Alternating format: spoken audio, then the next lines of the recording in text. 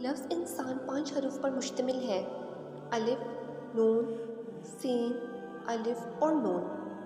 الف سے مراد ہے اللہ پر یقین رکھنے والا، نون سے مراد ہے نبی کی اطاعت کرنے والا، سین سے مراد ہے سلامتی چاہنے والا، الف سے مراد ہے عمل بالمعروف اور نیکی کا حکم دینے والا، نون سے مراد ہے نہی عن منکر اور برائی سے روکنے والا۔ داتا گنج بخش فرماتے ہیں، انسان کی بزرگی اور رتبے کی بلندی معجزوں سے نہیں، عصمت اور کردار کی صفائی سے ہے۔ سارے ملک کا بگاڑ ان 3 گروہوں کے بگڑنے پر موقوف ہے: حکمران جب بے علم ہوں، عالم جب بے عمل ہوں اور فقراء جب بے توکل ہوں۔ انسان کی نجات دین کے اتباع میں اور اس کی ہلاکت دین کی مخالفت میں ہے۔ جس کام میں نفسانی غرض آ جائے اس سے برکت اٹھ جاتی ہے۔ علم بہت ہے اور انسانی عمر تھوڑی ہے، اس لیے تمام علوم کا سیکھنا انسان پر فرض نہیں، البتہ اس حد تک علم ضروری ہے جس سے عمل درست ہو جائے۔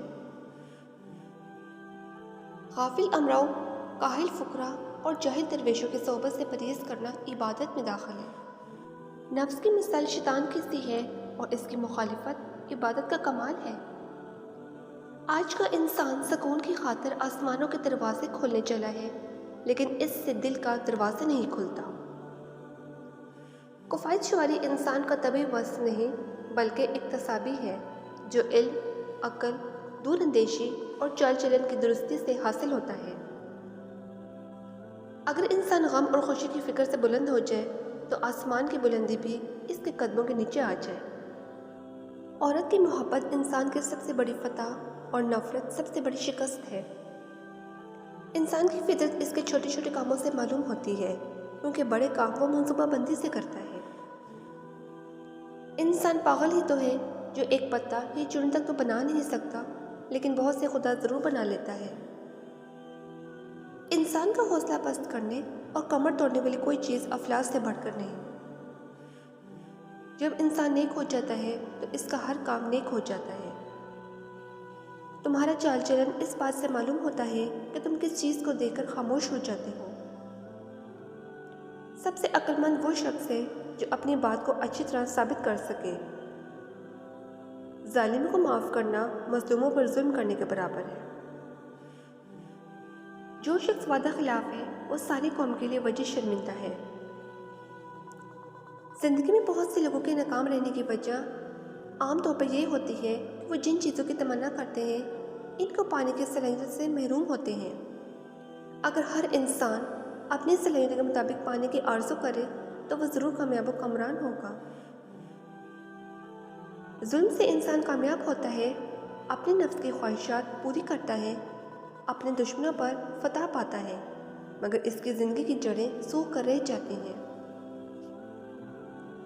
انسانی ہاتھ نے مجھے موت کے منہ میں دھکیلا تھا اور انسانی ہاتھوں نے ہی مجھے بچایا۔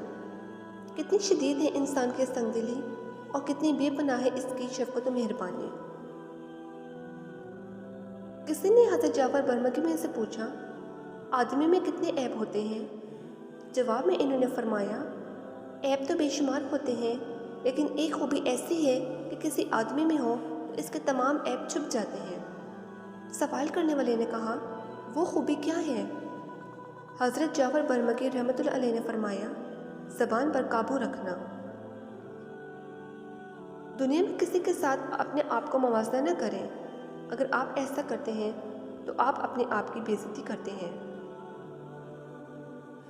جو شخص کسی دوسرے شخص سے فائدہ اٹھاتے وقت اس کا شکریہ ادا کرتا ہے وہ قرضے کی پہلی قسط ادا کر دیتا ہے۔ بغیر مقصد کے جو آپ کے ساتھ ہوتا ہے وہ آپ کا اپنا بھائی ہوتا ہے۔